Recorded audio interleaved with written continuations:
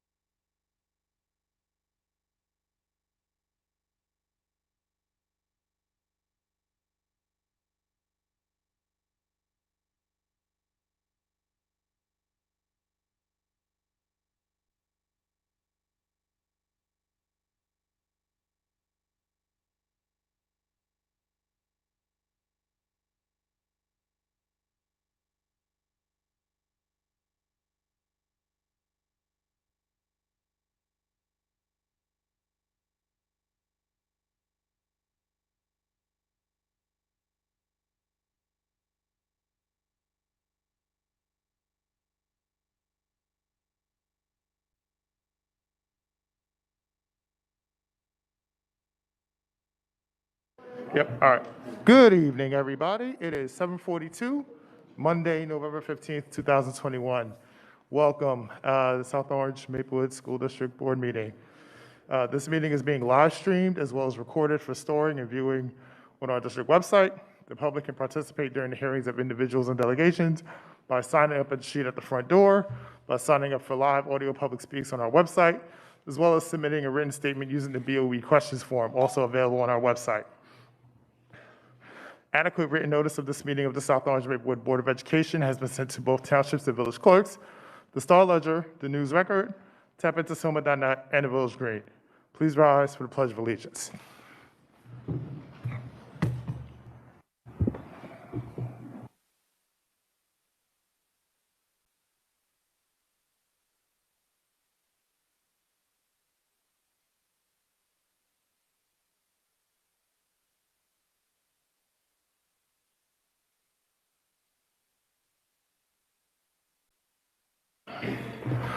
Mr. Burnside, please note for the record that all board members said they would be attending this evening. And with that, can you please call the roll? Board Member Susan Bergen. Here. Board Member Shannon Cuttle. Here. Board President Thayer Joshua. Here. Board Member Anne Marie Manning. Here. Board Member Alyssa Malaspina. Here. Board Member Chris Saban. Here. Board Member Aaron Siders. Here. Board Member Courtney Wingfield. Here. Board Member Johanna Wright. Present. Thank you. Also, please note for the record that board members Bergen and Siders are attending virtually. And with that, I'd like to make a motion to conduct this meeting in a hybrid manner. Can I have a second? Second. Thank you, Board Member Manning. All in favor? All right, that appears to be unanimous. Mr. Burnside? Oops. Okay, I'd like to make a motion to approve the executive and regular session meetings for October 18th. Any questions? Second? Second. Thank you, Board Member Cuttle. All in favor? All right, that appears to be unanimous, Mr. Burnside. Thank you. The school board meeting is a business meeting in public and not a meeting with the public. Oftentimes, it may appear to members of our audience that the Board of Education takes action with very little comment, and in many cases, a unanimous vote. Before a matter is placed on the agenda at a public meeting, the administration has thoroughly reviewed the matter with the superintendent. If the superintendent is satisfied that the matter is ready to be presented to the Board of Education, it is then referred to the appropriate board committee. Members of the board committee work with the administration and superintendent to ensure members fully understand the matter. After the committee discusses the matter, it is then shared with other board members for consideration, and only then is it placed on the agenda for board discussion and/or action at a public meeting. With that, I will turn it over to Dr. Taylor for the superintendent's monthly update. Good evening, everyone. As we move into the season where many in our community pause to reflect and give thanks, I would like to acknowledge and thank all who have assisted our district in overcoming many obstacles to successfully launch and sustain our school year. Our school leaders, our teachers, our support staff, central office, counselors, CST members, school nurses, our facilities department, our custodians, as well as our students, families, and community members. You have all had a hand in us reaching the Thanksgiving milestone. In the past, we would have taken that for granted. We have all sacrificed to mitigate the spread of COVID-19 in our schools. We have all given some of ourselves towards the greater good of our school district family. As we entered last summer and this fall, I repeatedly vowed that we would do all we could to return our students to schools that operated in a fashion that would be, quote unquote, as close to pre-COVID as possible. That meant full days with lunch periods, traditional academic schedules, music, sports, clubs, after-school programs. Thanks to you, we've been able to fulfill this promise while working tirelessly to keep everyone healthy and safe. We did this while successfully implementing year one of our intentional integration initiative and breaking ground on the first of many construction projects. Those two generational goals would have been considered ambitious during a typical school year, and we are very proud of our progress thus far. We know that the challenge of COVID-19 is far more impactful than just physical illness. The social emotional toll that our students and staff members feel cannot be ignored. We know that the need for support is not always apparent from an individual's presentation. Over the last few years, our annual budget has added mental health support to our schools. We urge our families to let your schools know if you sense that your child is having challenges that you cannot quite put your finger on. To our instructional professionals, school leaders, etc., we also encourage you to do the same for yourselves. Let your supervisor or our HR department know if you need support. With that being said, we must continue to recognize that the threat of COVID-19 is still with us. We must stay vigilant. As recently as last week, schools not far from us have had to close due to in-school spread.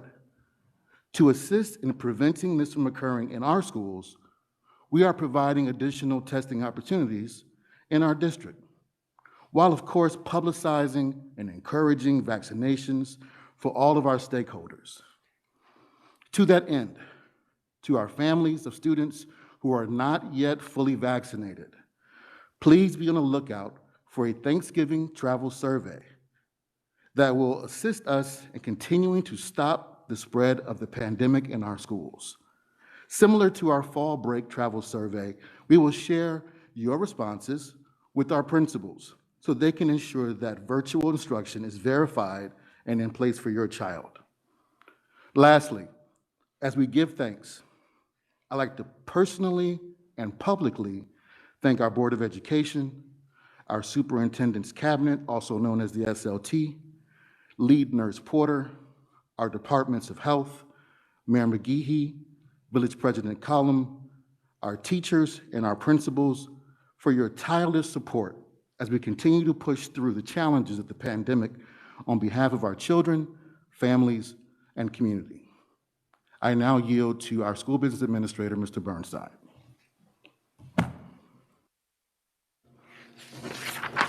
Thank you. This evening, we have a presentation from our architect, Scott Downey from Spiesel Architects. He's going to go over the Underhill Field project.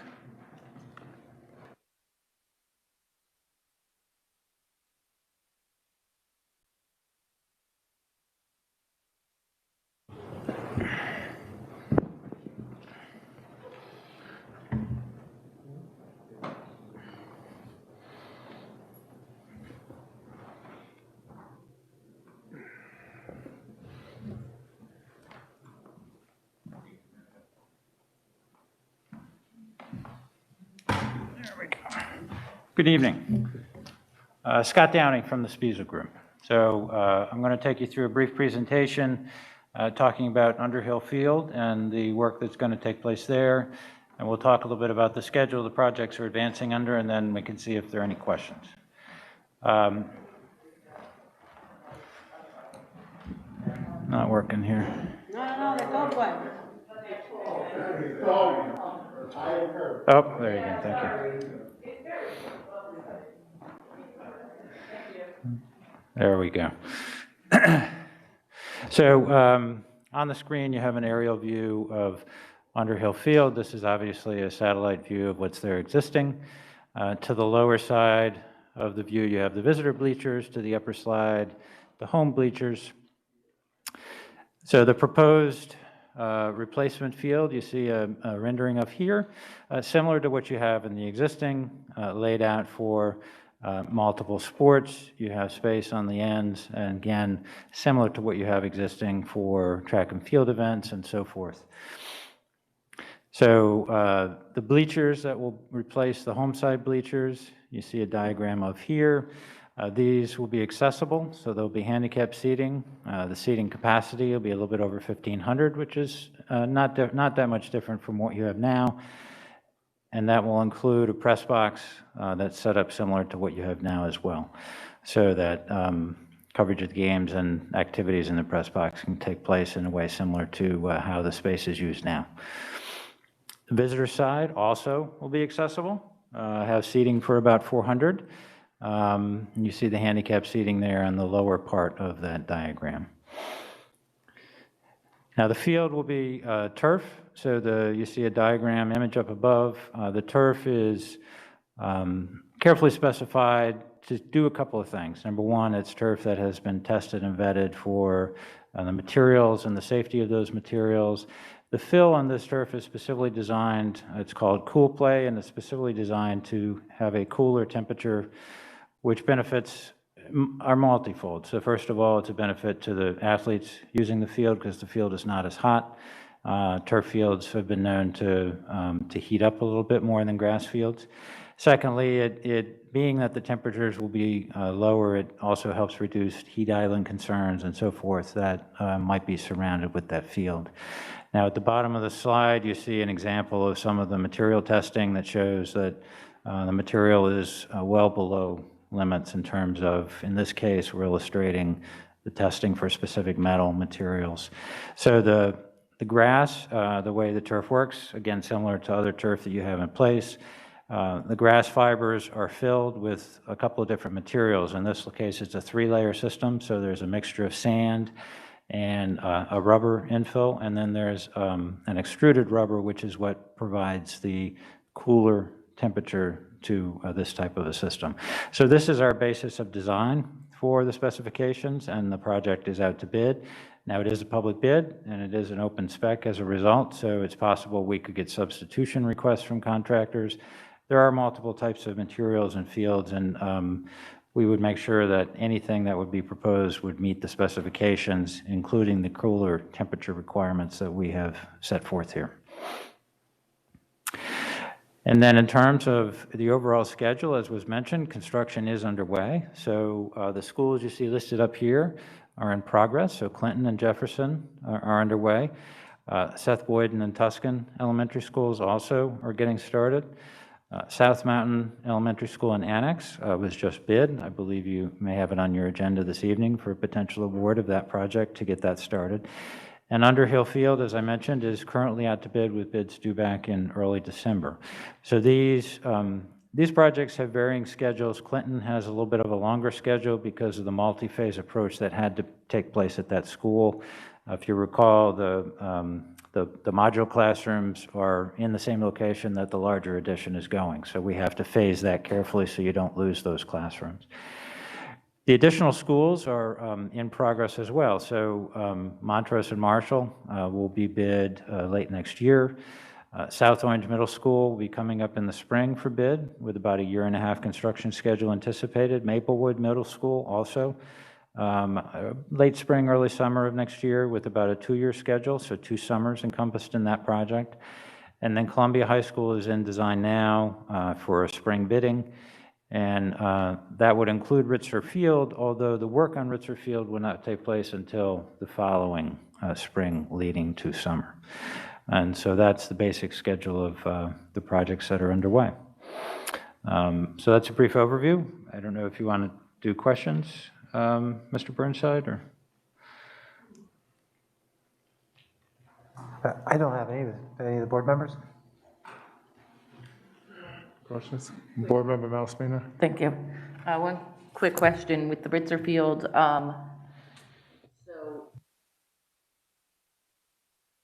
Pardon me. Okay, so it's going to take place prior to the construction at Columbia High School or after? The Columbia High School construction will start. We're anticipating the Ritzer Field work would begin the following spring. Okay, so after. Yeah. And I think we've discussed previously, are we going to have some community involvement in possibly looking at some of the decisions, not fully related to it, but getting the neighbors involved a little in? No, he wouldn't know the answer to that. Oh, he might know the answer to that. Okay, so, sorry. yeah. I'm asking you a question you wouldn't know the answer to, so just ignore that. All right. Thank you. We can talk about that offline. But Okay, thank short you. answer, yes. Okay, thank you. That's all I wanted. All right, thank you. Board Member Wright, did you have a question? Probably for Mr.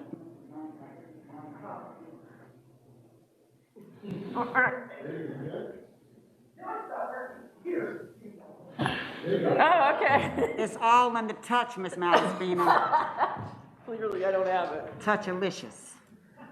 I was wondering, on November 2nd of 2021 this year, Maplewood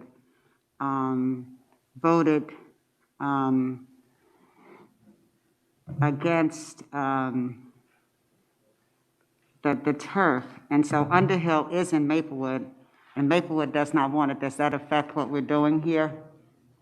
No, because we passed that bond already, I think 2 years ago. As well as the bond school, the boys' school estimate, passed that in, I believe it's July in 2019. So no, it's district property, not, that was Maplewood's town, it's town property, so no. Any other questions? All right, we're going to move on to the second piece. Great. Thank you, sir. We Thank you, appreciate Mr. you taking the time this Yes. evening.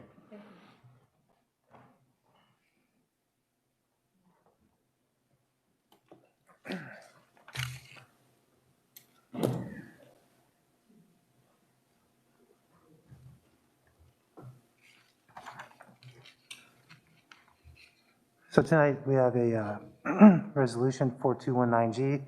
It's for the approval of the, or acceptance of the okay. This is for the approval of the comprehensive maintenance plan. What is the comprehensive maintenance plan and what is the purpose? The comprehensive maintenance plan is a planning document required by all school districts. The Commissioner of Education requires all districts to make appropriate investments in the maintenance of school facilities. The purposes of this is intended to implement the provisions of the Educational Facilities Construction and Financing Act, specifically NJSA 18A 7G-3, 9.B3, and 13.D. What does all this mean? This means the Commissioner will propagate rules requiring school districts to have the comprehensive maintenance plans for school facilities and to make the appropriate investment in the maintenance of school facilities. What is the scope? The rules in this subchapter shall apply to every school district that owns facilities or operates school facilities owned by another party when the operating school district is responsible for maintenance of school facilities. The requirements for the comprehensive maintenance plans. Each school district shall develop a comprehensive maintenance plan to document prior year required maintenance activities and expenditures, and the school district's planned required maintenance activities and budgeted costs for the following year and one subsequent year. The plan shall incorporate the requirements of NJC 6A26-3.9H or 3.10C as applicable. The plan shall not include activities for capital maintenance or routine maintenance. So this is kind of where we get into the meat of it. So what are we supposed to put on here? Some of the required maintenance activities. Number one, the periodic inspection, testing, and certification of building systems or components required to maintain system warranty or guarantee provisions performed in accordance with manufacturer instructions and owner manuals. Number two, periodic service required to maintain system warranty or guarantee provisions performed in accordance with manufacturer instructions and owner manuals. Number three, periodic replacement of consumable parts required to maintain system warranty or guarantee provisions performed in accordance with manufacturer instructions and owner manuals. Repairs or localized replacements of system components resulting from breakage, misuse, or vandalism. Number five, refinishing of interior floors and walls, including preparation, stripping, painting, and refinishing. Number six, consulting services needed to determine required maintenance. And number seven, tests to monitor indoor air quality. So what does the comprehensive maintenance plan look like? In short, you've got the actual cost from last year, you've got our budgeted number this year, and you've got a assumed number for the 22-23 school year. We go through each building, and I apologize that the Excel document does not appear on the screen. We tried and tried. Yeah, and we'll note this will be posted up on the website in the version that we were Yes. given this weekend. Thanks. Yes. And it's approximately 4 pages. Yes, it does include Underhill maintenance. It includes central office maintenance, and the transportation building as well. Any questions? Board Member Manny. So when we started our long-range facilities plan, one of the things the prior superintendent did was actually go through all the buildings and inspect everything that was broken, everything that needed to be repaired. There wasn't a whole lot of nice to haves or like to haves. We were only able to, at the time, prioritize those high risk, health and safety risks, and that was just about 93 million of the 220 something. 290 million that we identified. So what I would like to understand is, how is this plan related to the 200 million that we know has to be repaired? Okay, so there's three, there's three, how do I say this? There's three types of maintenance. This one is only for required maintenance. There's routine maintenance, and there's also emergency maintenance. This is just for required maintenance. Routine maintenance is going to be kind of what you're talking about. Like, you're going to have to do it every so often. And that's kind of why it's on the long-range facility plan. And a lot of those projects are actually considered capital projects, and this isn't for capital projects. So eventually, we're going to have to do those, but it's going to have to be, that's why it's not showing up on this document. It's going to show up on another document.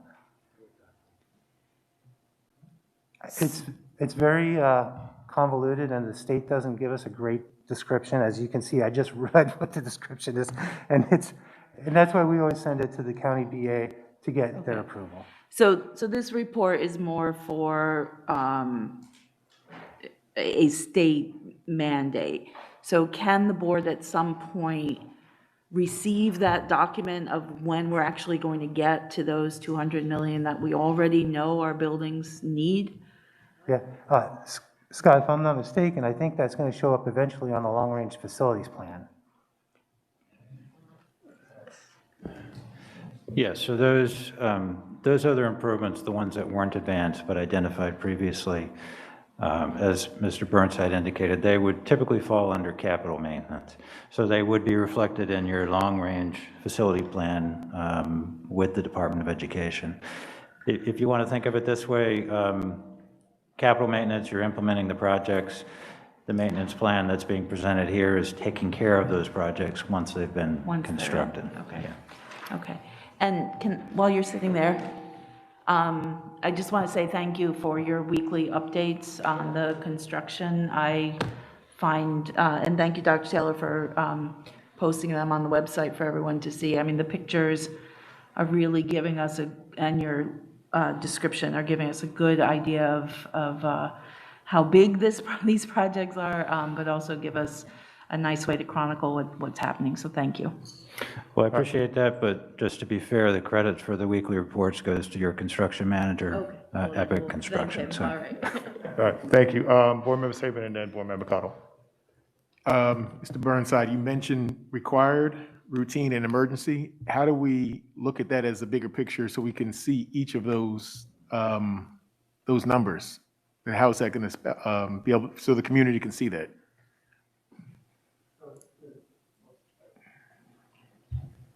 So this document is public. It's going to be on the website, just to reiterate that. The long-range facility plan. Recognizes required?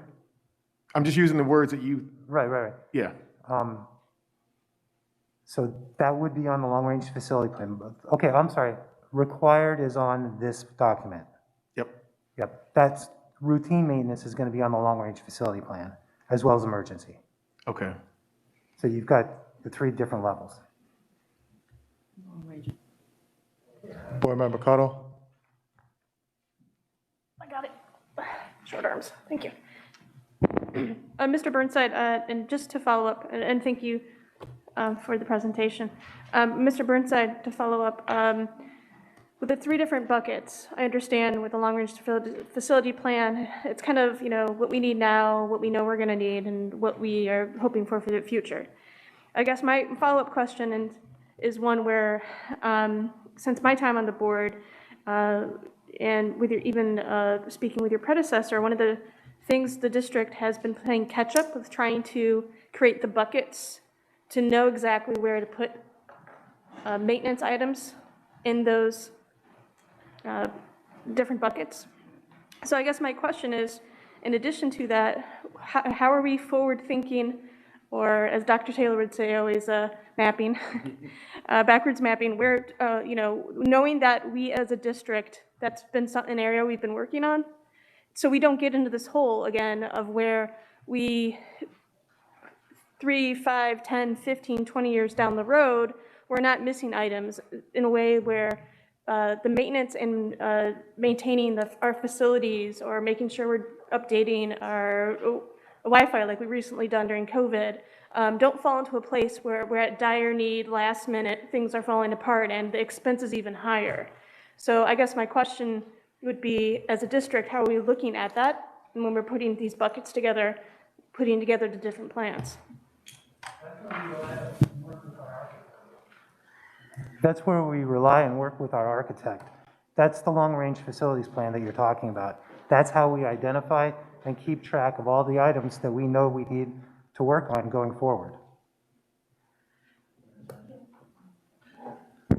Just to chime in, because the vernacular matters too, right? And in other districts where I've done this kind of work, we call the construction work. It's a part of our long-range facilities plan, but there are pieces outside of that. And so we're using those terms kind of interchangeably, but as we're moving, we're now in construction, so our plan is now going to extend beyond the construction. So that's probably one clarifying statement, just to think about. For me, I'm a visual learner, thinking about how it looks, right? Outside of the construction, there are other things that are a part of the long-range facilities plan.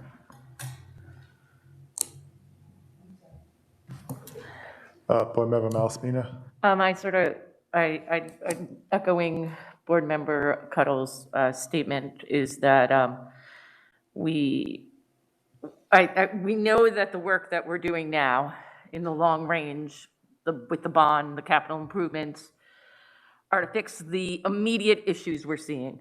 But there's nothing, I'll call it, sexy, or it's going to really look great when we're done. The public's not going to see, come in and see brand new classrooms or all of that. There's still a lot of work we need to do. And I think, echoing her statement, I'm just concerned because I guess through my time on the board so far, I haven't fully seen that plan as to how we're going to move forward past the next thing. And I want to just make sure we're not forgetting that we still have, libraries to do, locker rooms to do, classrooms to do, stuff like that. So I just, sort of want to put that in our mind that we're, does that make sense? What I'm saying? So I think for all of us, we should just step back, right? There's a huge list, it's on the website, I can find this and around all of us, that lists every single thing that we're supposed to do across all, 12 buildings, right? Which includes, I think it's over 50 new classrooms across, all the elementary schools and at the high school as well. So there is a very detailed list that goes through all of that. Now, some of the things that we had identified previously were not included in the 160 bond.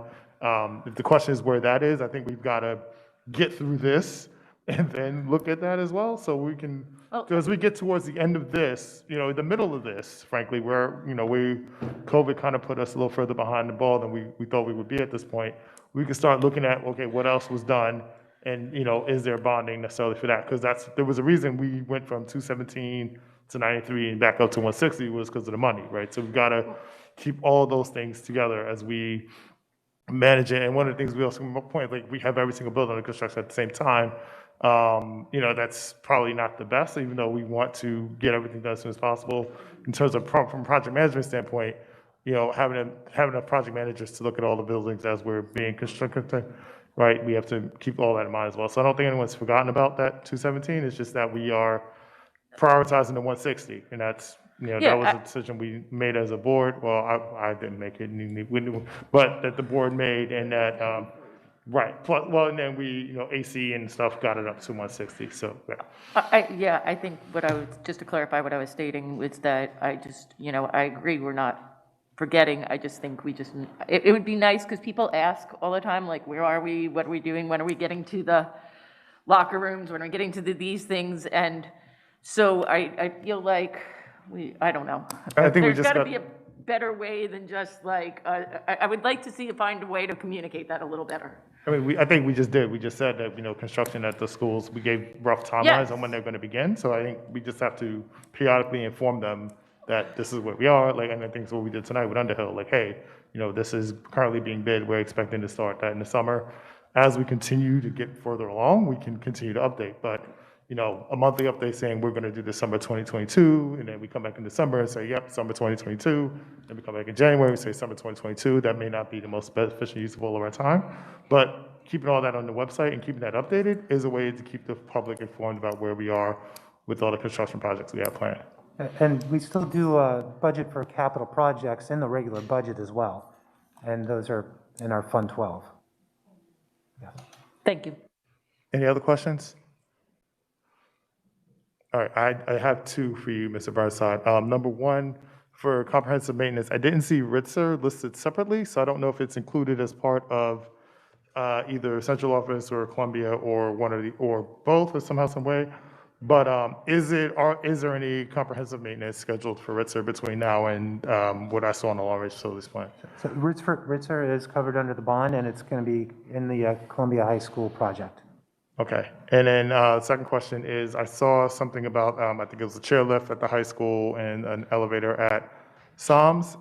We know that the elevator at Maplewood Middle has had problems in the past. My, year and change on the board, it's broken at least twice. I know every time it does, whatever parts there are take a long time to fix, and I know supply chain issues and all of that. But are there any maintenance plans for the elevator at Maplewood Middle?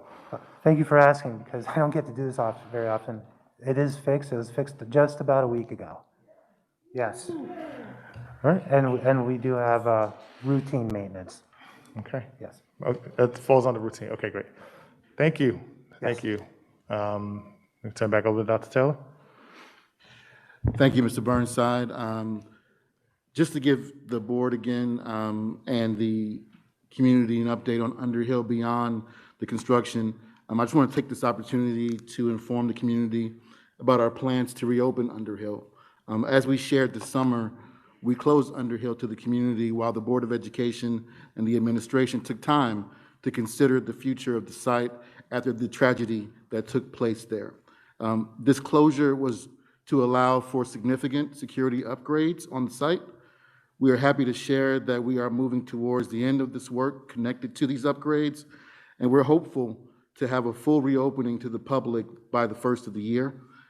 In the meantime, our soft reopening plans have included our students utilizing the space while a staff member is present, as well as the, of course, well-publicized resumption of our athletic competitions.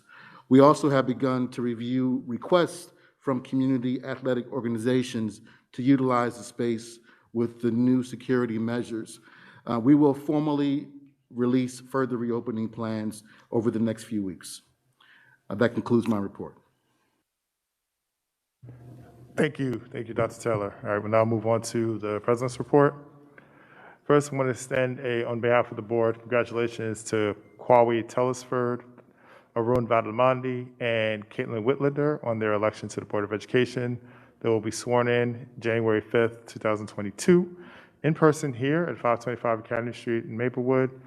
We are looking forward to working with all three of you, and we will see you soon. I believe some of them are virtually here with us tonight, but we will see you all soon. I just want to point out that the district's continuing partnership with MediMobile to provide COVID testing is still ongoing. Testing is readily available every Saturday, 9 a.m. to 3 p.m. at the Columbia High School Gymnasium. And as of last week, every Wednesday from 4 to 6 p.m.? 6 p.m. Here, right here at 525 Academy Street, I think actually in this room, right? In this room. Anyone who lives or works in Essex County is eligible to get tested. We strongly encourage all district families to take advantage of the testing program.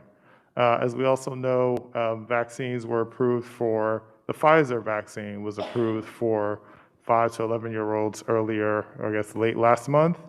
And we continue to encourage families to take advantage of that as well, if it fits. We also know that we are working with the county and departments of health to figure out a way that we may be able to provide vaccine availability for families who are inquiring, and so please stay tuned on that. A quick note on the School Ethics Commission. Tuesday, September 28th, well, let me step back. There was a question that came up at the September 20th board meeting regarding the ability or what's the word?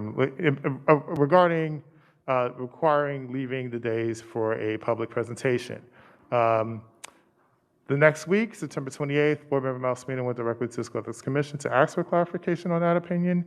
And then a week later, on October 5th, a letter was formally drafted on behalf of the board and circulated, and then subsequently sent to the board, sent to the School Ethics Commission, asking them to offer a clarification on the opinion about what would be a requirement for a recusal. After receiving Board Members Malsmina's email to the commission, legal counsel was engaged to inquire whether or not the commission can actually provide guidance on how to enforce their opinion. We were told that they could, and we waited to hear future guidance from the commission. On October 25th, the School Ethics Commission denied the board's request for advisory opinion and referred us back to legal counsel. Legal counsel in sum has stated, while there is no requirement to leave the days during a public discussion or presentation, leaving the days would make a stronger case against the propriety if anyone was to ever challenge it. And I want to reiterate that Board Member Malsmina was not accused of anything improper that caused the board to seek the clarification of the advisory opinion. Lastly, I was pleased to attend this month's County School Board Association meeting at the Glen Ridge Country Club. Special guests included the Acting Commissioner of Education, Dr. Angelica Allen McMillan, former Marshall Principal, and Lieutenant Governor Sheila Oliver. It was fantastic for me to be able to attend along with Essex County School Board Association Vice President Shannon Cuttle, to be able to attend in person, hear inspiring speeches from both Lieutenant Governor Oliver, from Lieutenant Governor Oliver, Dr. Allen McMillan, and the 2021-2022 New Jersey Teacher of the Year, Essex County own Miss Teresa Maughan. I look forward to attending future Essex County School Board Association meetings in 2022, along with some of my colleagues. And again, it was wonderful to be able to attend one of these in person with a mask. That concludes my presence report. I'll now turn it over to Student Representative Noah Morris for his Student Representative report. Thank you. As the days shorten and the temperature becomes colder, our school year is only heating up. Students around the district are finishing up the first quarter and slowly becoming reacclimated with being back in the building. I recently had the pleasure of meeting with the Maplewood Middle School Student Council. I was able to speak with them and give them the details and experience of high school student council, as well as the Board of Education's role in their school. I also got to get involved with the committees that the students split into later in the meeting. They were planning school events, how to advertise them, run their school store, and even had a committee that brings students' concerns to MMS Principal Ms. Greneau. Most importantly, though, I got to speak with students not only about their concerns, but also about what they enjoyed within MMS. The students that I spoke to were fond of their classmates and teachers, and generally enjoyed all that MMS has to offer. Though, it would be remiss for me to say that they didn't have ideas for what they thought could be done better or added to the school, with a few standing out to me in particular. The first is the addition of organized sports for students with special needs. After talking with Dr. Taylor, this is something that the district and Vanessa and I would all like to focus on in the coming weeks. The second was repairing and adding additional water fountains at Maplewood Middle School. As of late October, there is only one operational in the building, something that needs to be and can be fixed. Luckily, the facilities team is currently focusing on this with the addition of bottle-filling water fountains in the near future. Lastly is the addition of more vegetarian and halal food options in the cafeteria, something that can be approved around the district. Seeing as how school lunch is free this year, students who are vegetarian or whose religion may not allow them to eat certain kinds of meat may rely on school lunch this year, especially after a hard year of COVID, but they may not be met with nourishing meals. This is something that can be fixed, and Vanessa and I look forward to assisting in this change any way we can. The Columbia High School Student Council has also been extremely busy this month, kicking off our autumn food drive today, which will last until this Friday, November 19th. You can drop all non-perishable items off in the cafeteria or at the front desk. The Columbia Fishing Club is also hosting their Fill the Net campaign and will be accepting canned fish until December 22nd, with donations being dropped off in room A301. These are two great causes to support, and it continues to impress me how much students at CHS want to get involved with the community. Lastly, I wanted to thank Mr. Sanchez, the Columbia High School administration, and CHS teachers. October 26th, CHS juniors were able to take the PSAT, even as many surrounding schools canceled theirs due to weather conditions. Due to this, many students had an opportunity to earn awards and college scholarships. So again, Mr. Sanchez, the administration team, and CHS teachers, thank you. If you have any questions, please feel free to reach out to Vanessa or me via our emails, which can be found on the board members page of the South Orange Maplewood School District's website. Thank you. Thank you, the Columbia High School Fishing Club Zone and student representatives, Noah Morros. Okay, we are now at the time for public speaks, aka hearings of individuals and delegates. This is an opportunity for you to share your concerns about an item on the agenda, but not a time for dialogue with the board. The board requests that you state your name and town of residence for the record. We will set the time to 2 minutes for each speaker, and we ask that you respect that time limit. We must cut you off so it does not appear as if we are giving anyone an advantage to share their views over another individual. Speakers have the full protection of free speech during public speaks. However, this forum does not protect you from the subject of your free speech pursuing libel or slander charges. Finally, the board recommends that all members of our community pursue the chain of command. Mr. Burnside, do we have any in-person signups this evening? All right.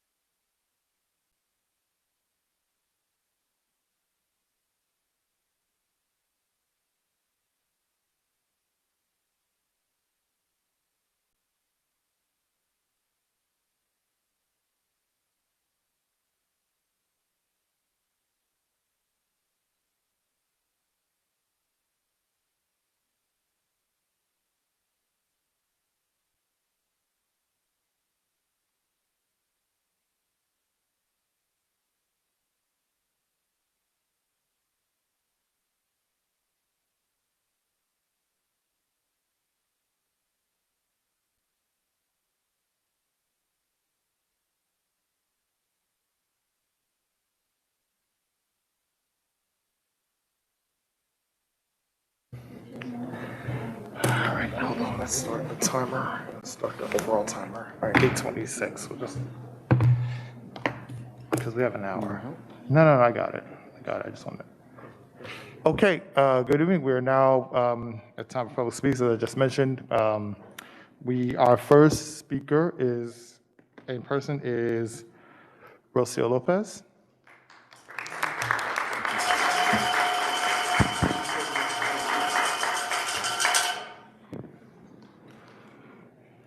Time whenever. They're going to put the time there or not? Hello, my name is Rocio Lopez. Should I start?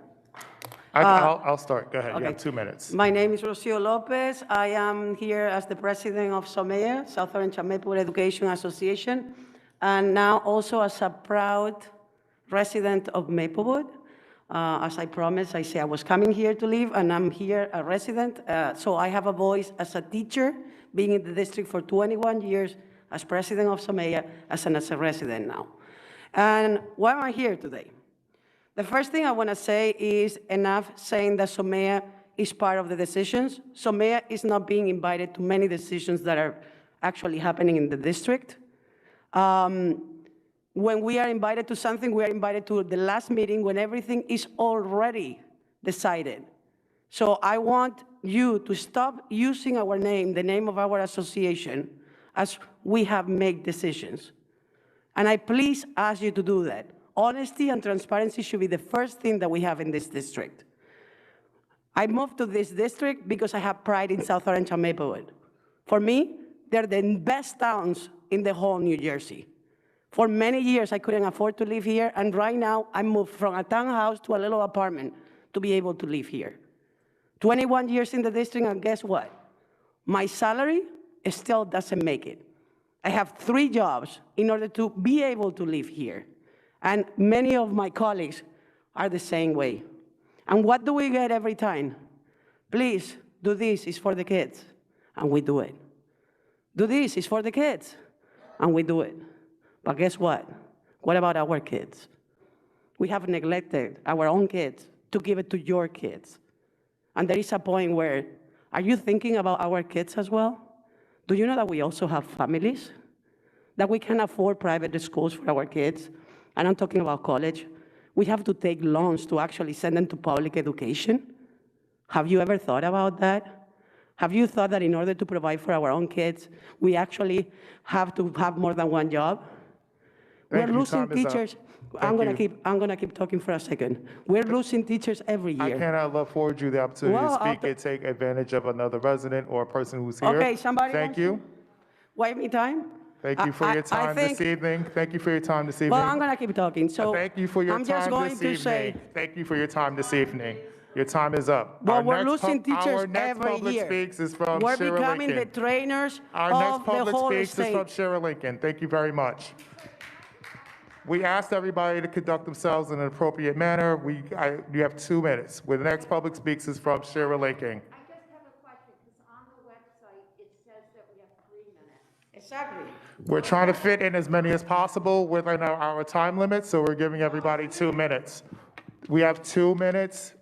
You have 2 minutes. Our next public, you have 2 minutes, not, you have 2 minutes. Our next public speaks is from Shira Lincoln. Thank you. Okay, so democracy is not looking very well over here right now, but okay, I'll take it. Hi. Good evening. My name is Shira Lincoln, the Vice President of Samea and an educator in the district for 24 years and a graduate of CHS. Tonight, I'd like to expand on the questions and concerns that were asked by board members at the November 9th meeting regarding the Hey Tutor proposal. Board member Malaspina and Wright shared concerns regarding outsourcing. The Village Green quoted Dr. Friedman stating that, quote, "The district has reached out to half a dozen teachers in-house to provide tutoring, and that they are struggling to find teachers that are interested in filling the role." I ask, is reaching out to 6 teachers a true effort? If the district were actively trying to fill this position, why has there not been communication to the over 700 educators in the district? Dr. Friedman is also quoted stating that teachers would be paid at, quote, "the contracted agreed upon rate." There has been no discussion with Samea leadership with regards to teachers providing this service or compensation, as the rate does not currently exist in our contract and it must be negotiated. Board member Wright raises concerns regarding meeting the needs of, quote, "our underserved and underrepresented students." Dr. Friedman specifically referenced the need for a tutor to assist with an elementary student doing middle school math. The question should be asked, is the district actually looking to support student learning, or is it more focused on math acceleration? If student learning were truly the focus, federal grant funds that Ms. Bodner referenced could be spent in more effective ways. Board members Maney and Cuddle shared concerns regarding doing due diligence, finding best practices, and doing better for our students. When a proposal is shared, a plan is usually accompanied with that proposal. It seems that the C&I department is yet again putting the cart before the horse. We've seen the domino effect of consequences that have occurred with outsourcing-related services, such as our OT, PT, and speech therapists, paraprofessionals, elementary lunch aides, and custodial staff. I ask the board to consider the potential consequences. Board member Wright is quoted as saying that these wounds are self-inflicted. As a board, you have the power to stop these self-inflictions. Thank you. Samea is willing to engage in this process. We just have to be given a valued seat at the table. Thank you, Ms. Lincoln. Thank you. We'll vote tonight. Thank you, Ms. Lincoln. Ask yourself questions. Our next public speaks is from Patrice Masson.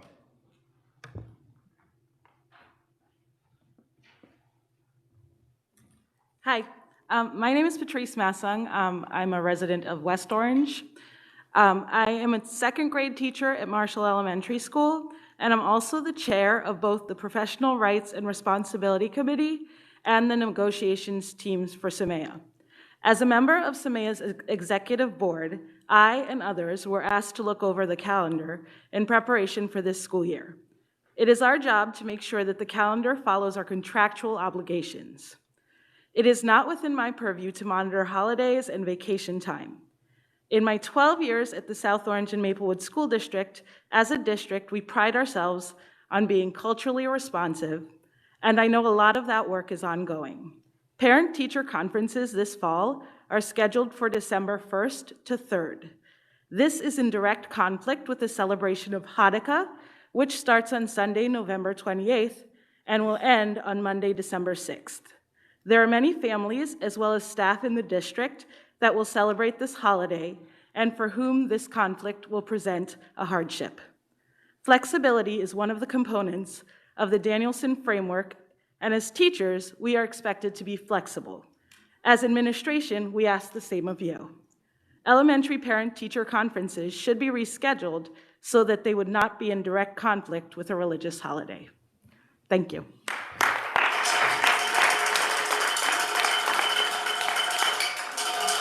Our next public speaker is from Christy Thomas.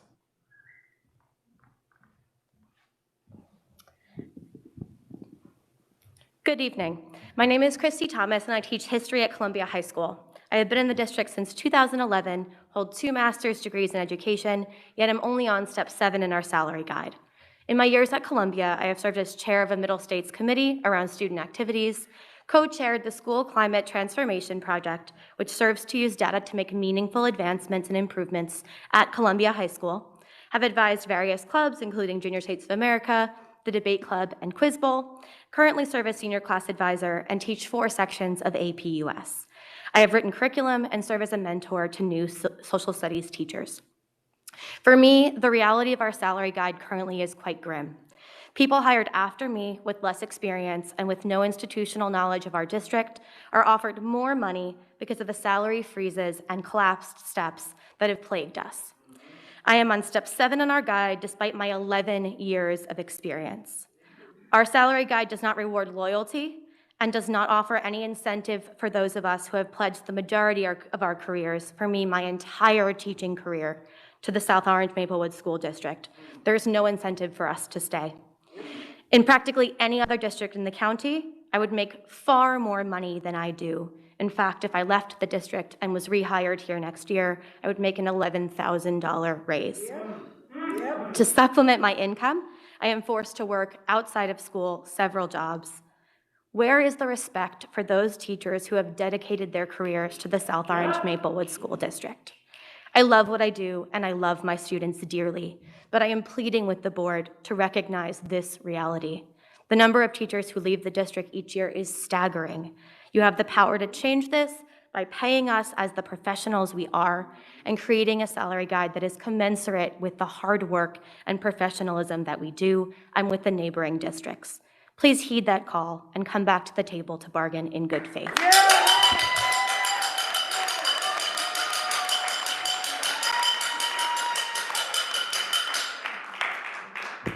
Thank you. Our next public speaker is from Tivoli Hunt. Good evening.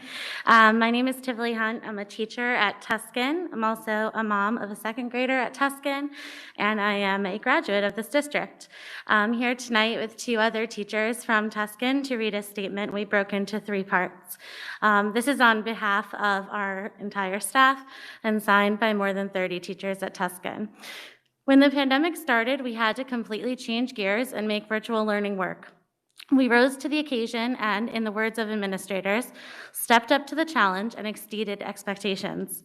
We worked around the clock to make virtual learning as positive and helpful as possible for all of our students. We learned new platforms and programs on our own time and with limited training, and we supported our Tuscan families and students in any and every way possible we could. None of us went into teaching to sit at a computer all day. We love being in classrooms with our students, working with them hands-on, making connections, and watching them thrive. But we did what we had to do and worked impossibly hard to continue to be interactive, make connections, and watch our students learn and grow. This year, the safe return to school was celebrated by all, students, parents, and educators. Yet for many of us in Samea, the return to school has been extremely challenging, as this year has been fraught with new frustrations. We're facing a lack of supplies and curricular materials, not enough training on new curriculum, substitute and lunch monitor shortages, construction challenges, and more. We're being pulled for recess lunch duty during our lunch and our prep times, among the many other duties we're responsible for accomplishing within our contractual hours, including grading papers, planning for whole group and differentiated instruction, bulletin boards, data spreadsheets, and the list goes on and on. Part 2 is coming.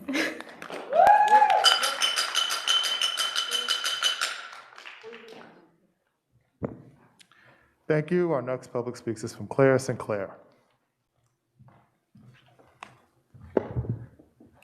Good evening. My name is Claire Sinclair. I am a Tuscan teacher for 15 years. I am also the parent of 2 Columbia High School graduates and a graduate of Columbia High School myself. I'm continuing the letter that we wrote as a staff. Most importantly, we are facing extreme challenges in supporting students who have been greatly impacted by this pandemic. Academically, we see the impact of the pandemic in a much larger gap between our lowest and highest performing students. It continues to be a challenge to keep up emotionally, socially, and physically for many of them. Behavioral issues, including lack of self-control, focus, stamina, and executive functioning skills have been in the forefront as never before. We have returned to classrooms where students have missed out on the social and emotional learning aspects of school for a year and a half. This has been a priority for us. And while supervisors continue to echo agreement in its importance, it is always followed with, you must insert new curriculum or online platform to collect data, then record that data in new format, sometimes in duplicate. Our students and their families need so much more for us. We teachers are completely exhausted and drained. We are constantly being reminded about self-care by our administrators, but seriously, when are we supposed to practice this self-care? And now, most importantly, we are seeing exactly how little the district has appreciated our sacrifices and how much our hard work and precious time are taken for granted.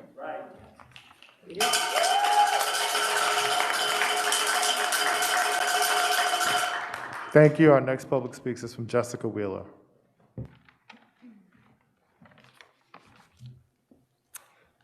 Hi, I'm a resident of South Orange. I'm a teacher at Tuscan and also a parent of 2 children in this school district. And I will complete the letter that we wrote as a Tuscan staff. We started this year without a contract, but we were hopeful that negotiations would go smoothly, especially considering that the pandemic exposed just how important and irreplaceable educators are. Instead, negotiations broke down as soon as Somea asked for a pay raise.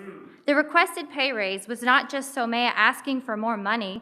It's an effort to get our salary guide closer to being commensurate with surrounding comparable districts in Essex County. This Board of Ed voted to give our superintendent a $30,000 raise prior to his contract being up for renewal. We only wish educators were valued in the same way.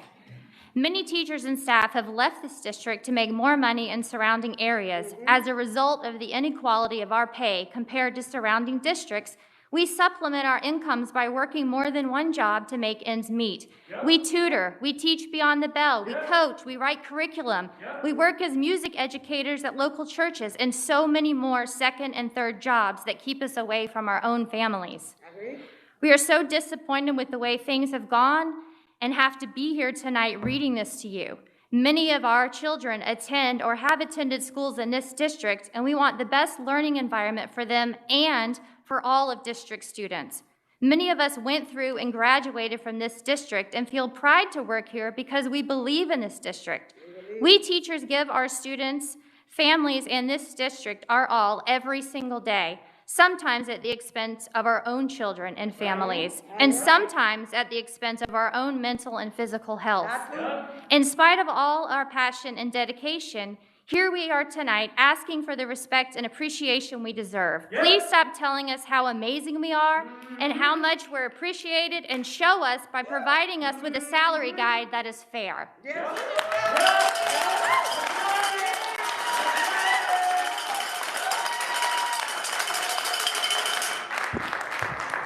Thank you. Our next public speaker is from Talia Rothenberg.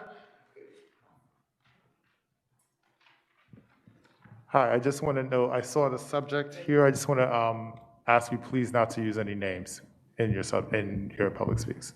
Thank you. Just give me a second. What do you mean by not use any names?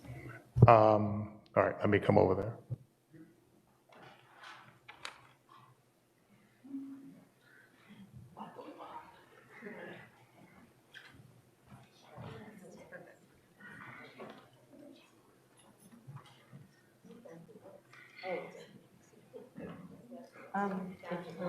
It's her statement, and I have to give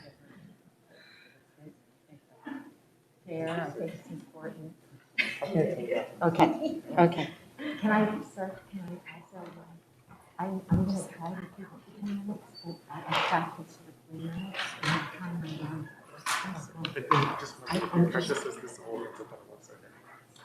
So it'll be on the record.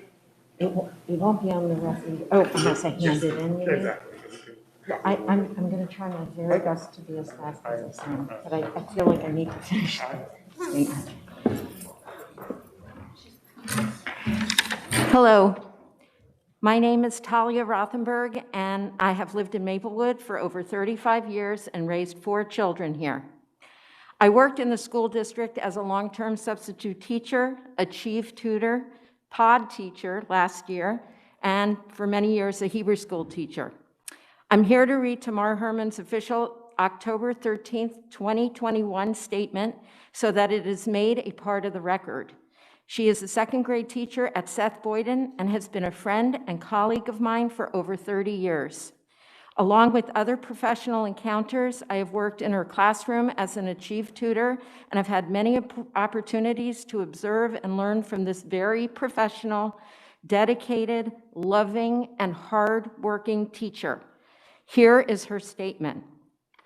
This is a message to my community, Maplewood and South Orange, the community that I grew up in and chose to teach in. I am a 2nd grade teacher. I've been helping kids for over 30 years. I help kids tie their shoes. I help kids put on their jackets.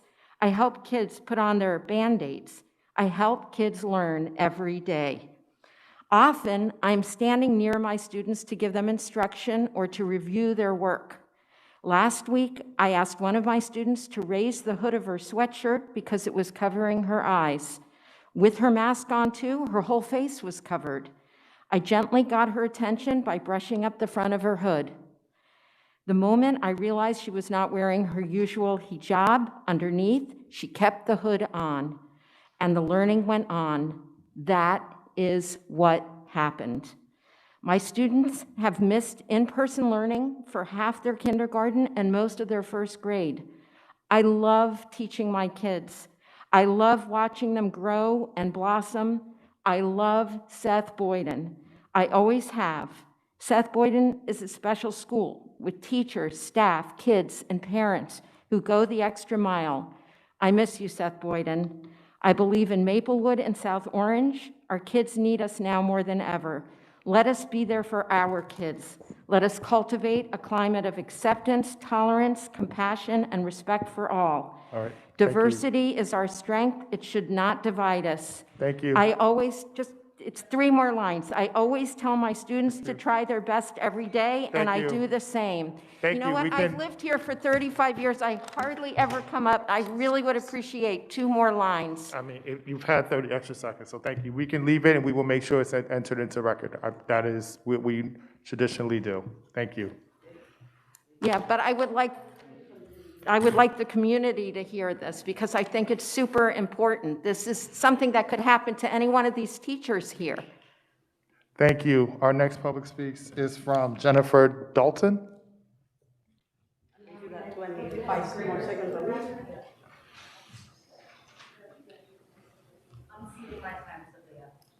We don't see time anymore. But part of board policy, I believe, was passed in 2019. Okay. Our next public speaks is for Leah Van Dornick, apologies. Wow, well, I'll read fast. I'm Leah Van Dornick, and I am the music teacher at Seth Boyden. I'm in my 12th year of teaching, my 8th in this district. I'm a proud member of SOMEA. My salary is public record. I make $57,260 a year on step 5. Wow. For the 2021 school year, the income cutoff for free and reduced lunch for a family of 5 is $57,424. I'm also a resident of Maplewood and single parent of 4 children, 2 of whom are now in college and 2 who are students at Columbia. I speak with trepidation tonight because it really stinks to put my personal business out in the public, but I think that your need to hear what I have to say outweighs my feeling of vulnerability. My own kids were on free and reduced lunch in this district when I began working full-time. That was also the first year that anyone asked for proof of eligibility. I don't think that was probably a coincidence. Eventually, I missed qualifying by merely hundreds of dollars. And as others have spoken, I also work multiple jobs in order to make ends meet. And my kids contribute to my household. So my daughter paid for a Christmas tree so that we wouldn't have another Charlie Brown year. That was last year. And I know that I'm doing the best that I can. And did you know 30% of your gross income should be your rent? Well, when I started working here, mine was 52. I'm glad now that it's gone down to 42%, but that's just because I've lived in smaller and smaller places. I'm currently in a 2-bedroom apartment with my 4 children and myself. We could talk about pandemic life and how it was a professional responsibility for me to provide enough internet. I could also tell you how I sat outside Seth Boyden to teach and attend meetings so I could do my job. When I asked the district for assistance, I was told there was none for teachers and we had to provide it. Thankfully, my kids go here so I could get a district hotspot. I taught from my deck because that's the only space I had. And every day, I went and picked up lunch and breakfast for my kids to provide for my kids. I'm glad you're doing that again this year. Thank you for that. There are so many things that I could tell you, and it's embarrassing. But I'm putting myself out here because shame on you. You can do better. Yep. Thank you.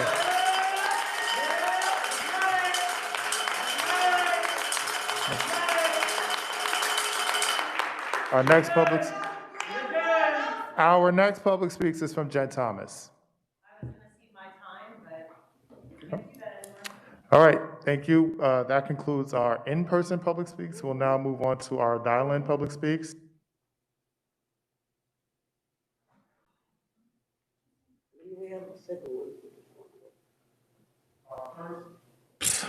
Our first call-in public speaks is from Lynn Irby. My name is Lynn Irby, a resident of West Orange and the principal of South Orange. Excuse me? No, I was just going to say welcome. You have 2 minutes. Thank you. My name is Lynn Irby, the president of ASCA, the organization that represents all principals, assistant principals, and supervisors in the South Orange Maplewood School District. It is rare that ASCA participates in public comment at board meetings, but I do so this evening as a matter of urgency. On October 19th, ASCA sent a letter to the district senior leadership team, and my comments tonight highlight our concerns as a body regarding the October 18th Board of Education 10:30 p.m. hand-carried resolution to enact an immediate moratorium on student suspensions, as well as a new privacy policy. We wish to be clear that this is not a pro-suspension statement. We believe in the power of restorative practices and have demonstrated that commitment as a body for years. Our concerns are on behalf of our students, staff, and our members.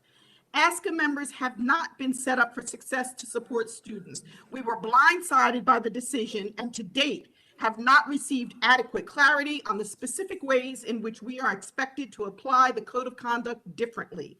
When crisis or safety situations involving our young people, timeliness is critical for our students and staff. We are concerned as an organization about the amount of time it takes for us to reach our central office and hear back from them while students are in crisis and in limbo while we wait to hear back. Waiting for hours on end heightens our students and families and prevents our social emotional support team from doing its urgent work with students. Board members suggested to the community that suspensions are made without careful thought and as a last result. This could not be further from the truth and is wholly insulting to our members. We are firm believers of restorative practices. The board painted a negative picture of our members to our community. My colleague will resume our statement. Thank you. Thank you. Our next call-in public speaks is from Melissa Butler.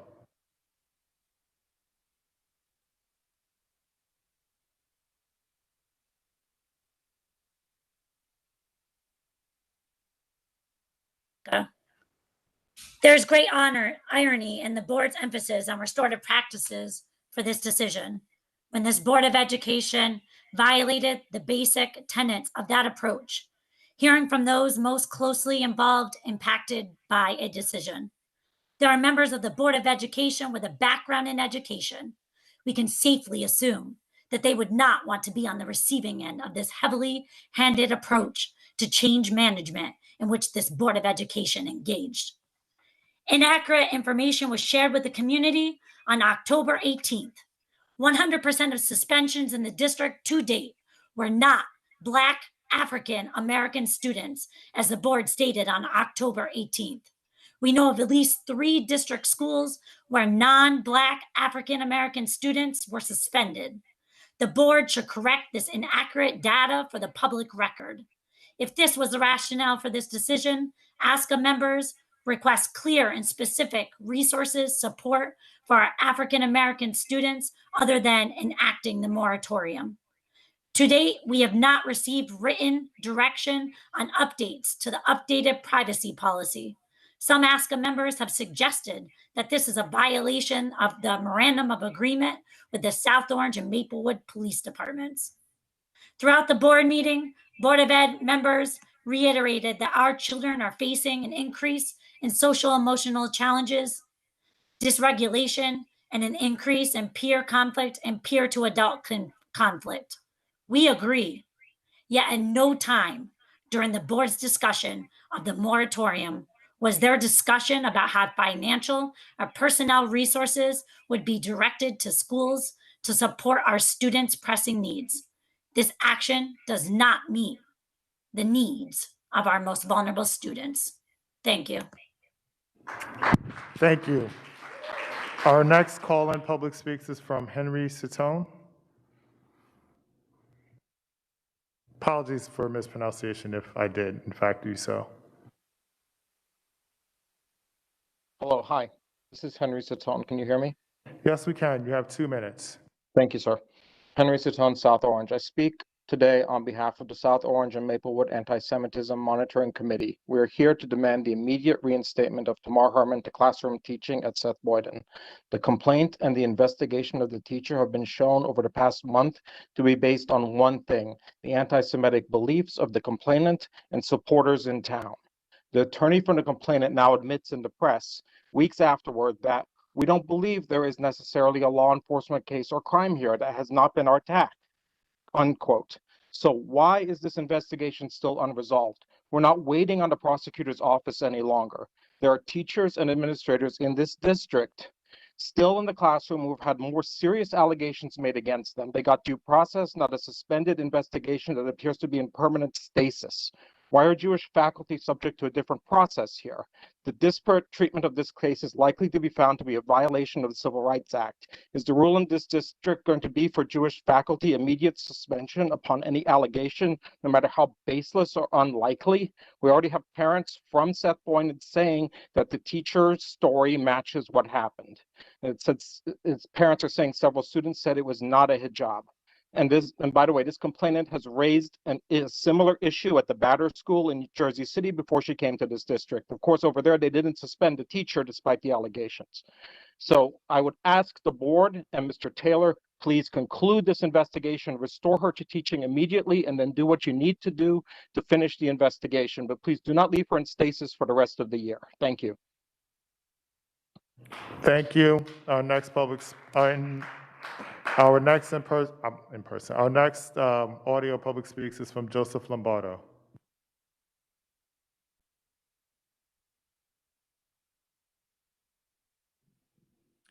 That community member is not on the WebEx. All right, thank you. Our next audio public speaks is from Eric S. The same. That committee member is not available. All right, and that concludes our call-in public speaks. We will now move to written public speaks.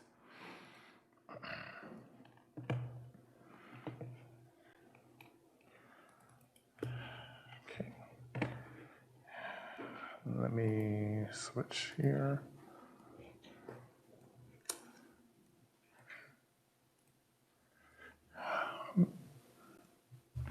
Okay, our first written public speaks is from Nathan Marinoff of Maplewood.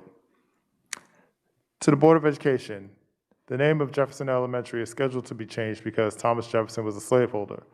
Is the board also planning to change the name of Columbia High School because of Christopher Columbus's treatment of Native Americans?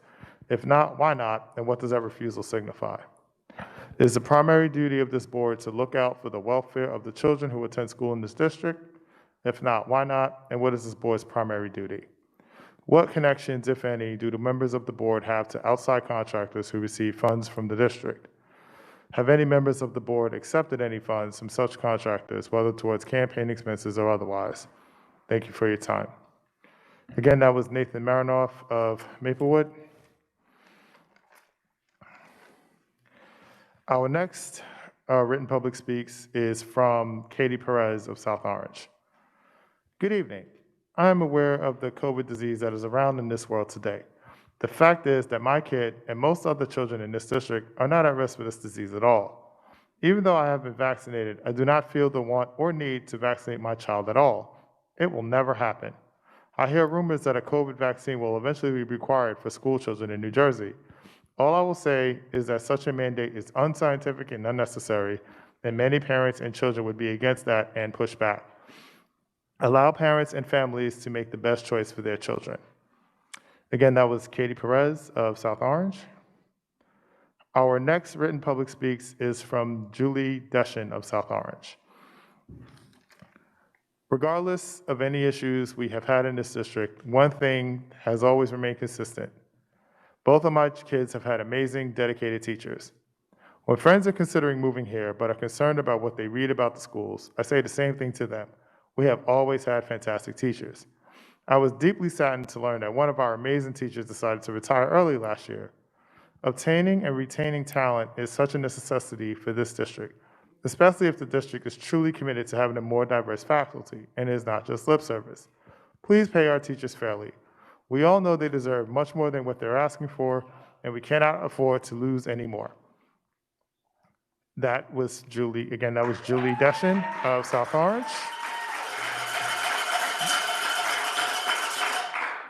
And that concludes our first public speaks.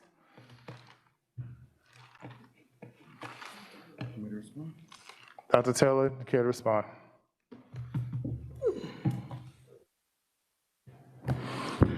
Good evening, everyone, again, and thank you to all who took time out of your evening to bring us your opinions in public speaks. For those who don't normally attend these meetings, we do take copious notes of each public speaker, and I try to respond here if I have the information to do so. Unfortunately, I cannot respond to requests for negotiations because of legal standard, but if there are issues noted in the public speak that are not referencing negotiations, I will be able to respond. So I'm going to go down my list now.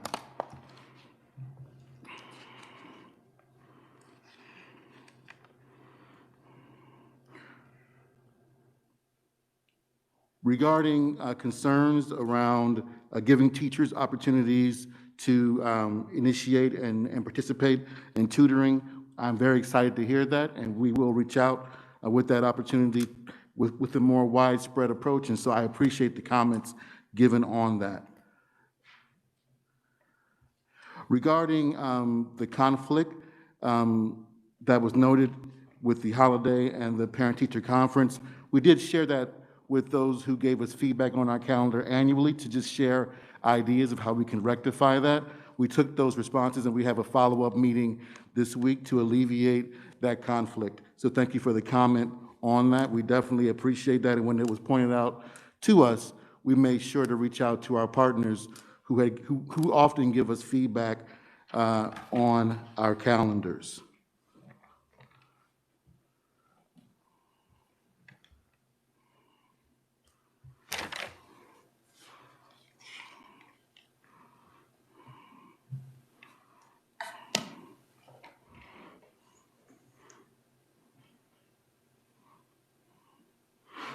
To the leaders of ASCA, I've had direct conversations with you and direct exchanges with your group regarding this topic, and I've also shared those exchanges with the board to keep them abreast of your concerns, our responses, and those things that we put in place immediately following the moratorium that was voted on last board meeting. We are committed, as we stated before, to engaging in more professional development, refresher for some regarding restorative practices. And again, we are inviting the ASCA president to continue that conversation with us and the previous vendor that we used for many years of training in restorative practices. There were a couple of comments regarding a teacher who's involved with an investigation, and I, of course, cannot comment on that, but we acknowledge the comments that were received. The comment regarding the naming of Jefferson and the naming of Columbia is also acknowledged. Regarding the mandate of student vaccinations, we have not received that from the state. For those who are aware how these mandates occur, they are usually generated from the governor's office via the Departments of Health and the Departments of Education. Those are all my responses. Thank you, Dr. Taylor. We'll now move on to committee reports. We will start virtually with Board Member Bergen on policy, and then we will come around and back here to 525 with Board Member Wright on finance, and then Board Member Manning on personnel. So over to you, Board Member Bergen. Okay, you switched up the order on me there. The policy committee met on November 8th for about 2 hours. We welcomed Assistant Superintendent for Special Services, Badine, to the committee. Tonight, we are voting to enact 3 policies. The first is 0143.2, Student Representatives to the Board of Education. We're removing the requirement to get the signature of a current board member in order to run for student board rep. The next one to vote on tonight is 2425, Emergency Virtual or Remote Instruction Program. This is a new Strauss-Esme policy to address the scenario where the district must close schools for public health reasons for more than 3 consecutive days, so that the virtual instruction days count towards the 180-degree day school year. And then 2431, Athletic Competition, a policy on competitive sports, and it permits homeschooled students and students in out-of-district placements to participate in district sports. We decided to hold 2422 Health and Physical Education, which had a first read last month for further revision. And we have 11 policies for first read tonight. After our last board meeting, I shared 3 Strauss-Esme policy alerts with the committee chairs, and C&I and personnel each reviewed the alerts and began to review several policies. So we have a full plate this month and more in the pipeline for next month.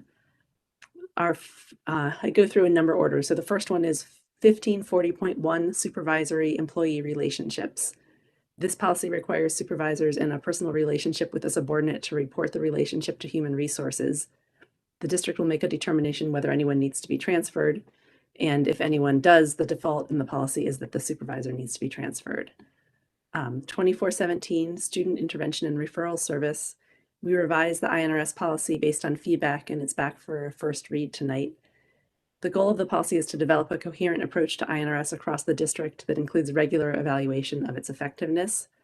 The policy also will require the district to develop regulations to implement the policy, which we currently don't have.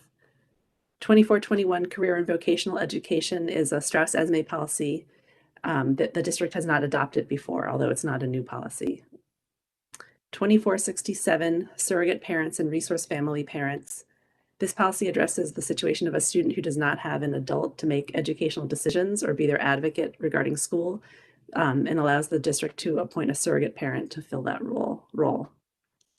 3283 and 4283 are mirror policies on electronic communications between staff and students. I think one is for teaching staff and one is for other staff. And they were in need of an update given all the evolving methods of communication that we now have available. 4219, Commercial Driver's License, Controlled Substances and Alcohol Use Testing, addresses drug and alcohol testing of bus drivers. 5111, eligibility of resident and non-resident students. This is our third time bringing this policy around this year. It's back because while we were revising it the last few months, Strauss Esme made some changes to it that we need to incorporate that were in those policy alerts. The revision addresses the state assuming fiscal responsibility for the tuition of a student whose residency is uncertain. And we're also taking this opportunity to add the language from last month's board resolution about online residency checks counting as residency checks into the policy, since we're going back for another stab at this policy. 5460.2 Bridge Year Pilot Program. It allows students who graduated in 2021 or who are graduating in 2022 to do another year of high school while taking some classes at the county college. The program is meant to address learning loss and missed extracurricular opportunities due to the pandemic. 7450 Property Inventory. This policy requires an inventory of certain district equipment worth over $2,000. We asked the district to look into the current policy or practice regarding inventory of property that doesn't meet that dollar threshold, such as laptops and Chromebooks, because they're not covered by that policy. And 8467 weapons. We're revising the policy to be explicit that weapons are not allowed on school grounds by adults or students, except those who are currently working as law enforcement. And we also discussed 5116 education of homeless students and 8330 student records, which are in the pipeline and should be coming for first read shortly. Thank you. Thank you. Any policy questions? All right, over to Board Member Wright in Finance.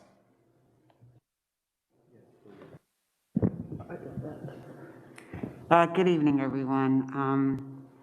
All right, in finance, facilities, and technology, we discussed construction update, the response to safety letters regarding the construction at Clinton. We also talked about health and safety of the district buildings. And with this, I want to just quickly yield to Dr. Taylor. Oh, They can't hear you. I'm sorry. I want to yield to Dr. Taylor to basically explain what we're going to do with the buildings in terms of mold, because I'm not really clear on that.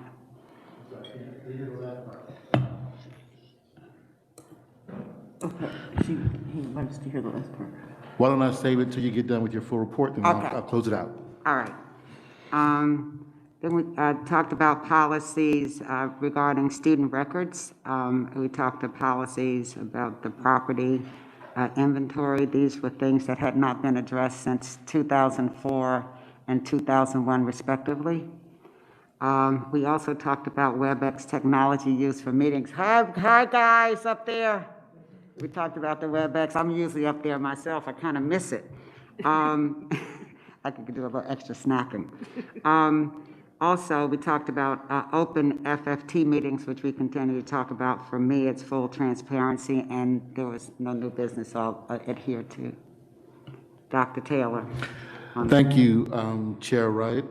So there was a passionate conversation around the envelope of our buildings. For those who work in our buildings, as well as those who are here in central office, we know that we spring leaks in our buildings. Hence, the Board of School estimate representing the community agreeing for a very significant construction project to repair our buildings. However, recently with all the rain from Ida and the most recent storm, it didn't have a name, we are seeing more and more rain that comes into classrooms and offices, et cetera. And so the board has given the administration the direction to work with each school building's custodian, as well as a SOMEA rep and the building admin to review areas of concern in the building where a deeper review could be given to that space to make sure that there is no mold, no significant water damage coming into the building at that space, and to try and come back to the board and represent what we found. We've already begun to contact outside contractors to see what the best plan would be to take deeper measures to both identify troubled spots and also remediate them. And the board will get a report from what I just described no later than December 30th. All right, thank you. Any other questions for finance? I do. I have one. Go ahead, Board Member Malaspina. I don't know if, Ms. Wright, this has been discussed, but I'm trying to understand. I was looking at other boards of ed's resolutions and policies, and the board secretary's report and the draft treasury report are public in other places. Is that something that we are looking into possibly doing here? I believe it's public here as well.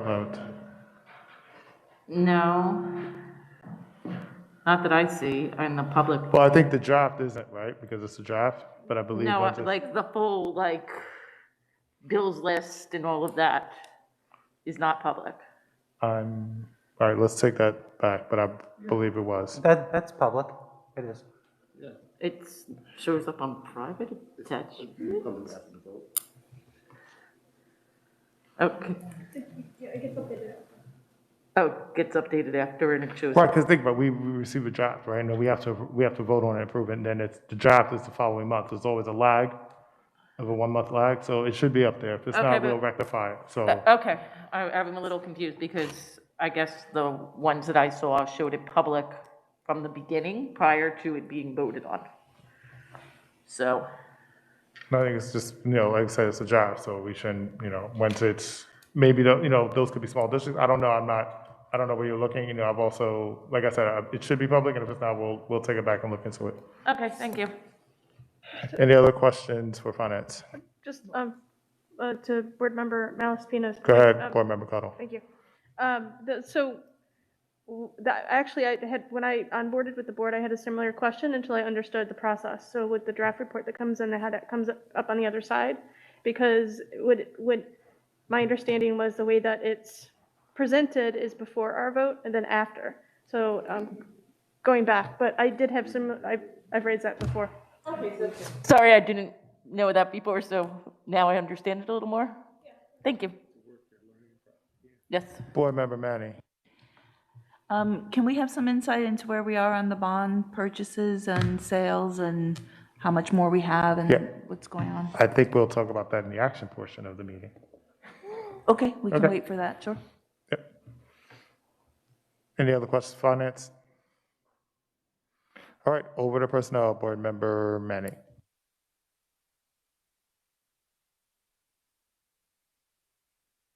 Yeah, I'm sorry.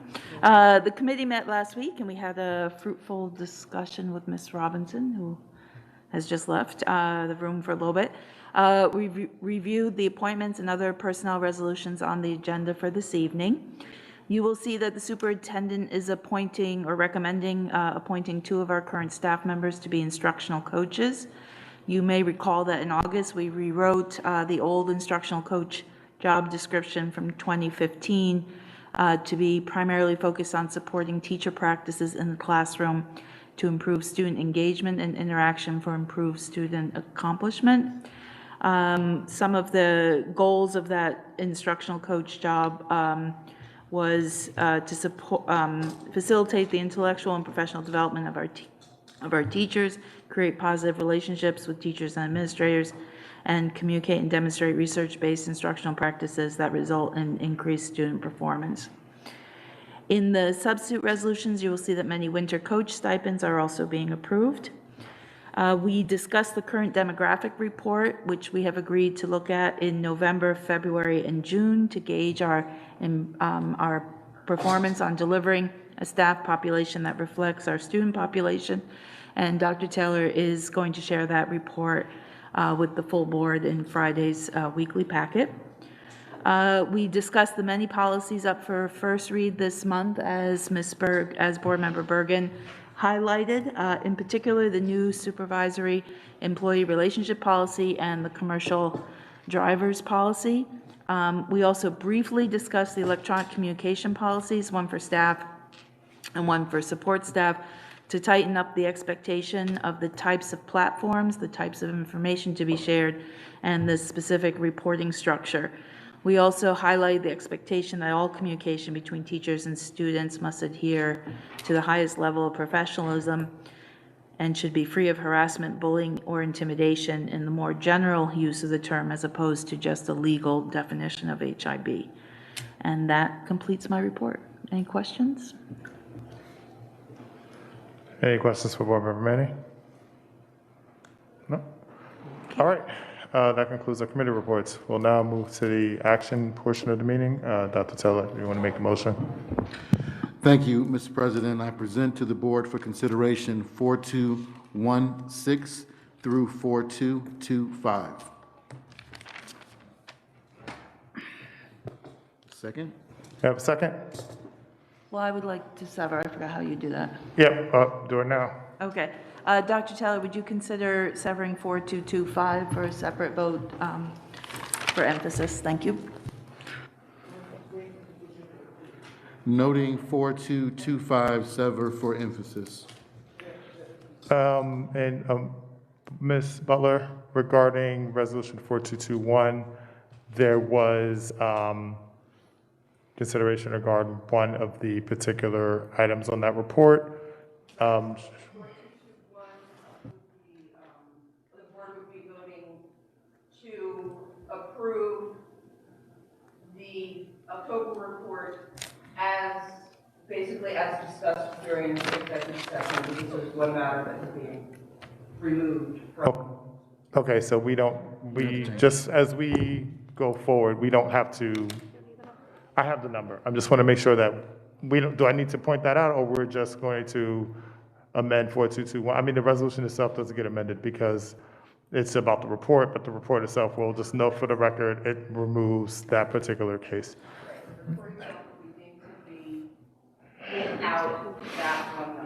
Okay.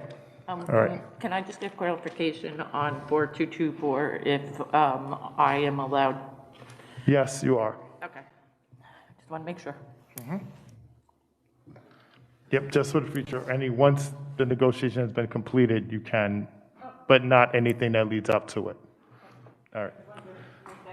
Okay, Dr. Teller, can you go ahead with the Thank motion? you. Yes, so again, for clarity's sake, 4216 through 4224, noting the concern as addressed for 4221. May I have a second? Second.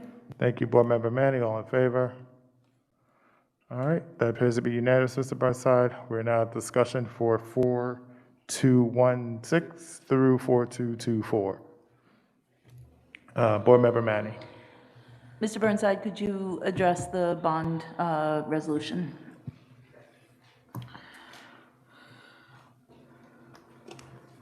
So the bond sale for the third tranche is going to be on December 1st, and the closing for the bond refinancing is going to be on December 9th. That's it. Do you know, were we doing 3 tranches? I know it's only been a year. This is the last one? This is the third, yes. And I think 33 million. Yeah, 33 million. Given that the projects, there has been a bit of a delay and we're going into 2024, is this still the appropriate time to raise this money? Yes, right now, interest rates are still low, and our financial advisor has given us the recommendation to do it now. Thank you. Any other discussion, comments?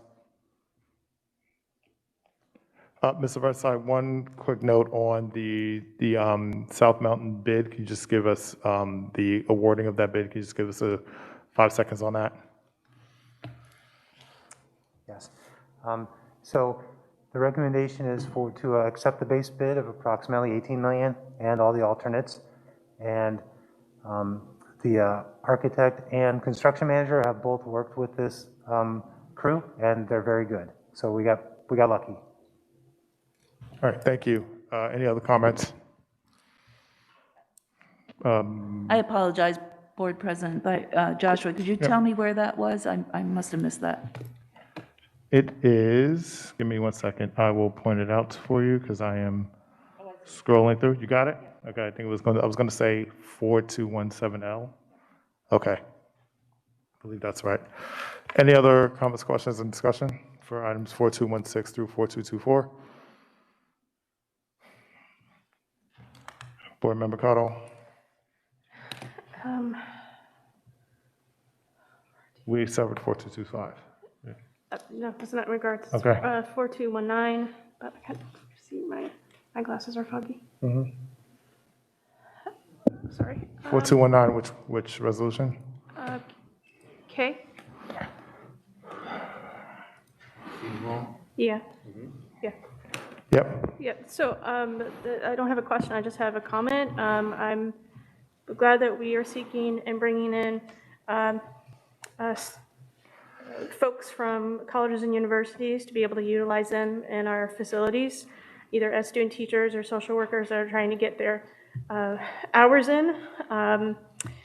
Continue though, just to raise, would love to see us to be able to look outside of not just Seton Hall and specific religious-based institutions or private institutions, but expand our outreach to bring in other support staff, student teachers, social workers are working on their credit hours and the like from our public institutions and agencies, and even look beyond that.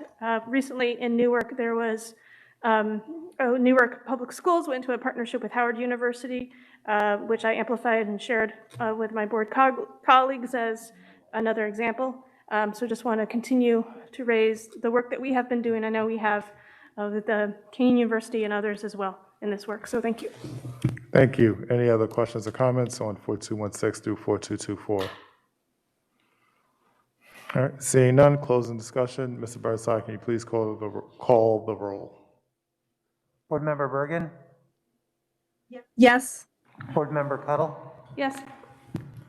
Board President Joshua? Yes. Board Member Manning? Yes. Board Member Malaspina? Yes. Board Member Saban? Yes. Board Member Siders? Yes. Board Member Wingfield? Yes. Board Member Wright? Yes. Motion passes. Thank you. Dr. Taylor, you want to make the motion for 225? Yes, sir. I present to the board for consideration Resolution 4225. May I have a second? Second. Thank you, Board Member Manning. All in favor? All right, that's unanimous, Mr. Burnside. Now in discussion for Resolution 4225. Board Member Cottle.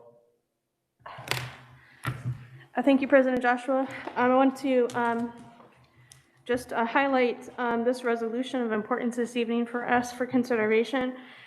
This resolution is in line with our district's commitment of supporting LGBTQ plus students, transgender, non-binary students, as we have done before in supporting students not just here in SOMA, but across the state of New Jersey, and being a model for other school districts across our country, as we did supporting the amicus brief with Gavin Grimm.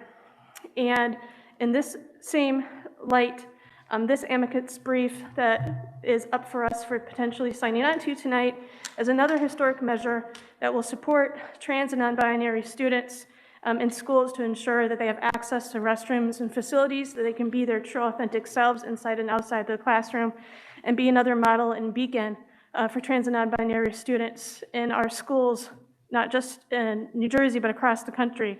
Especially this particular case happens to be in Florida.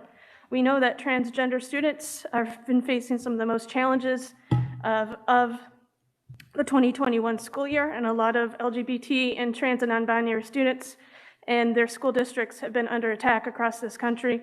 And so highlighting and amplifying school districts that are being allies like ourselves and the commitment of our school district, my board colleagues, and our district superintendent, staff, and families really shines a light and really brings weight to ensuring that these students are seen, heard, and valued. So thank you for your consideration. Thank you. Any other comments or questions on 4225? Board Member Manning. It's also Transgender Awareness Week, I believe. So National Transgender Awareness Week. This is appropriate to do that. Agreed. Thank you. Any other questions or comments on 4225? I just want to let Board Member Malaspina know that I apologize. At first, I didn't know what you meant.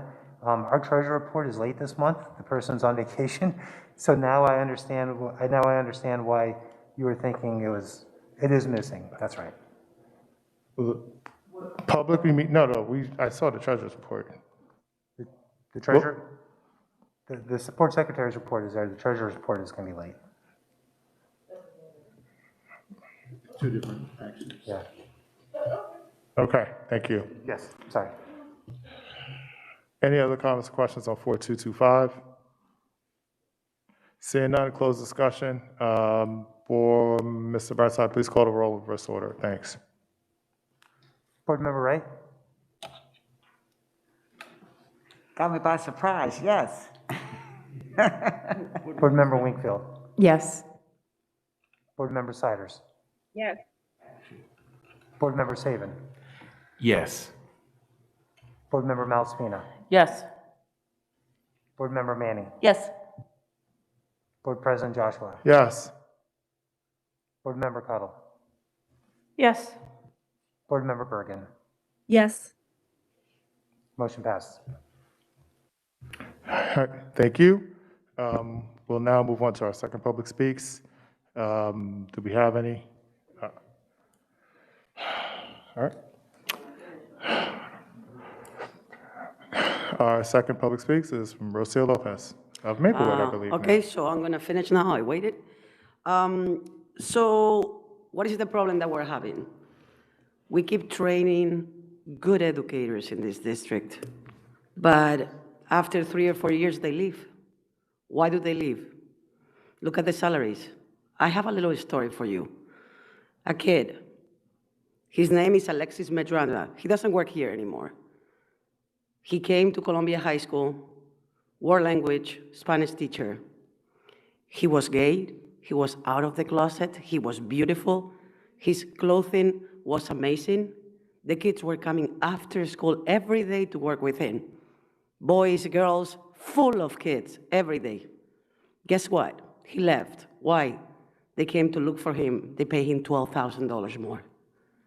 This is what we're doing. We're becoming a training district. We're training people to go to other places to work.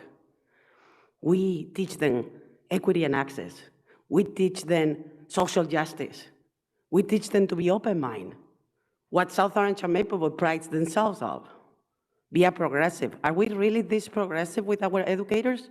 Are we treating our educators like second-class citizens? Are we trying to divide more and more the people in power from the workers?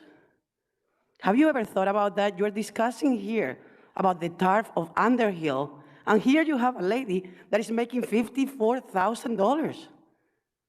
Have you thought about that?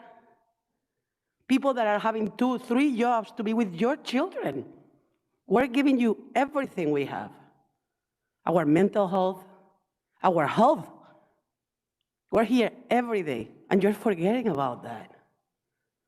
I'm not here because I just decided I have an awesome salary and I want to work in South Orange and Maplewood. I'm here because I'm here in heart.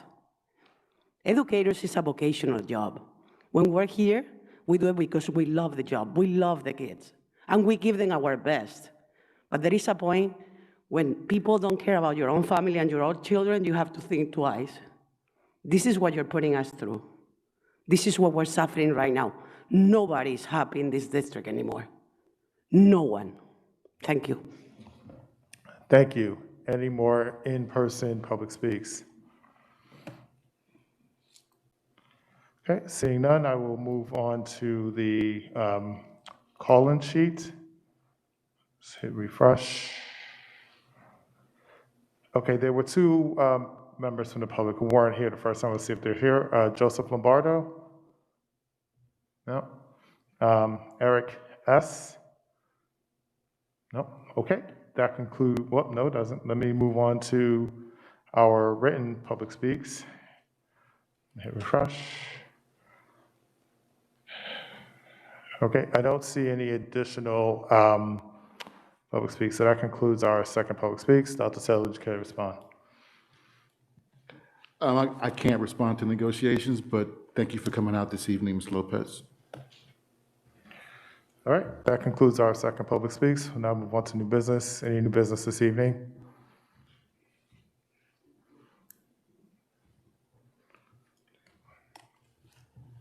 Did I mention it? You can't, I have to do it. I would have to do it, but, you know, based on the conversation we had, I just want to make sure we're in an I would appropriate like place. us to do it. I think we can't decide until we vote. All right. Any new business this evening? All right, that concludes new business. I'd like to make an motion for the following. The Board of Education's Curriculum and Instruction Committee, which is a committee of the whole, will meet public Tuesday, December 14th at 2021 at 6:30 p.m. using an online video conference platform. The Board of Education will meet in public session Monday, December 20th at 6:30 p.m. in the Superintendent's office here at 525 Academy Street. We'll be saying goodbye to some of our colleagues, as well as using our online video conference platform to discuss personnel, legal, negotiations, and other matters.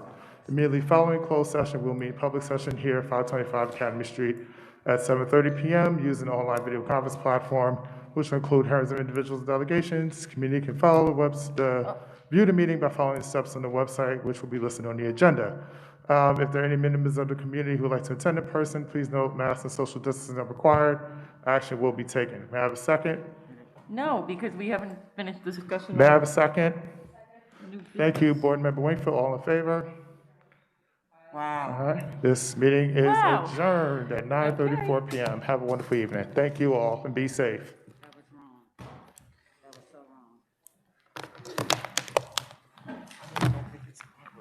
wrong. So you're